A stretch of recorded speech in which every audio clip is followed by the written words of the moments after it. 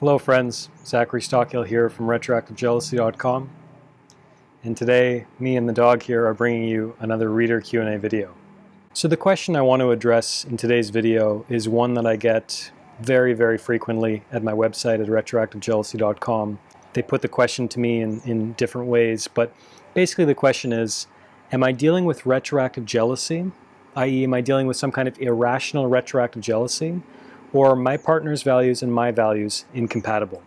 In other words, these people are basically asking me, am I dealing with irrational jealousy or should I leave my partner?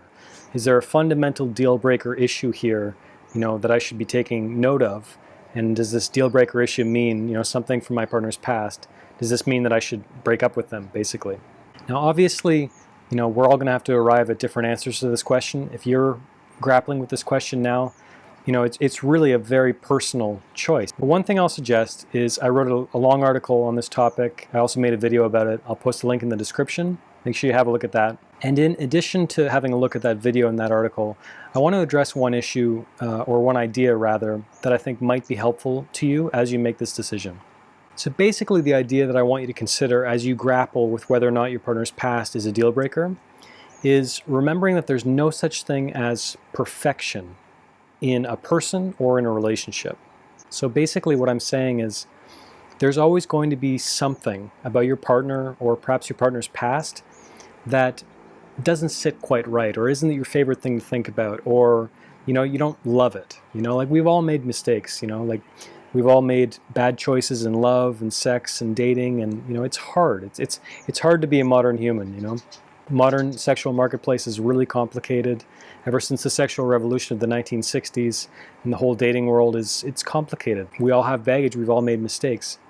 And looking for perfection, looking for someone who, their past is 100% squeaky clean, you tell yourself, oh, if they just had a clean past, or for example, the most common example, I get a lot of guys emailing me who, they basically want a virgin. They think, okay, if I'm going to be in a relationship with a woman, I want to be with a virgin.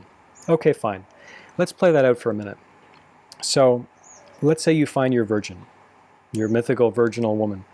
Who's to say in a year or 2 or 3 of marriage, she won't get bored? She's watching television, she's watching movies, she's realizing that the modern woman, or many modern women in society, have a range of relationships before they settle down. So maybe she leaves you and she divorces you and she goes off to have these experiences that she didn't have before she met you. There's a million and one examples like that if you scroll around online enough.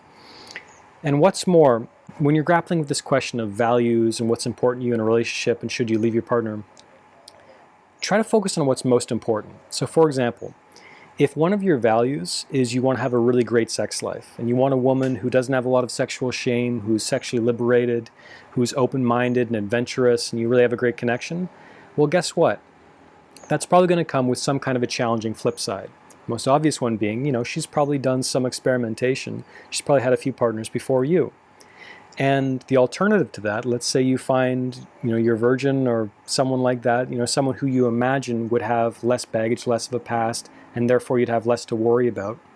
Well, guess what? Maybe she's got some sexual issues, and maybe she's somewhat frigid, and maybe she's not open-minded, and maybe your sex life would suck. So in that scenario, I would simply ask, what's more important to you?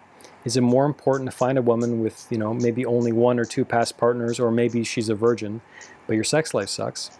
Or would you rather be with a woman who's had some experiences, who knows herself well sexually, who's maybe, arrived at some of the most important answers that she needs for her own sexual life, for her own relationship and dating life, who's figured herself out to a large extent, and who has, for lack of a better term, sort of gotten a lot of her experimentation out of her system, and now she's super sold on you, and she loves the sex she's having with you, and she's super in your relationship. Which one would you rather have? I know my answer to this question, and obviously, you're going to have to arrive at your own answer, but basically the main idea I want to get across to you is don't look for perfection in a person or a partner or in a relationship, because you're not going to find it. I remember one experience recently where I was dating a woman, and she said, geez, I think you're perfect. You're absolutely perfect. And immediately I said, no, I'm not. And that might be a strange thing to say because, what a compliment, right? She's saying, oh, I'm perfect. And I know I'm not perfect. And frankly, what I was thinking in that moment is the moment she realizes, as soon as she realizes that I'm not perfect, that'll give us the best chance at actually having a real, meaningful relationship. Because if she thinks I'm perfect, it's not going to work. And the moment I, screw up, or the moment I make a mistake, or the moment she sees some of my weird eccentricities or whatever, some of my issues, she's going to be out the door, or who she imagines me to be will be totally destroyed. So I'd much rather she have a more realistic vision of me and all my flaws and imperfections, rather than thinking of me as perfect. Because the perfect man doesn't exist, the perfect woman doesn't exist, and the sooner you realize that, I guarantee the better your dating life will be, the better your relationships will be, and the easier I think it'll be for you to sort of resolve this question of whether or not your partner's past is a deal breaker, and whether or not your partner's past conflicts with your values. So thanks very much for watching. If you found this video useful, please be sure to click the thumbs up button below. Also be sure you subscribe to my YouTube channel. I'll talk to you again very soon.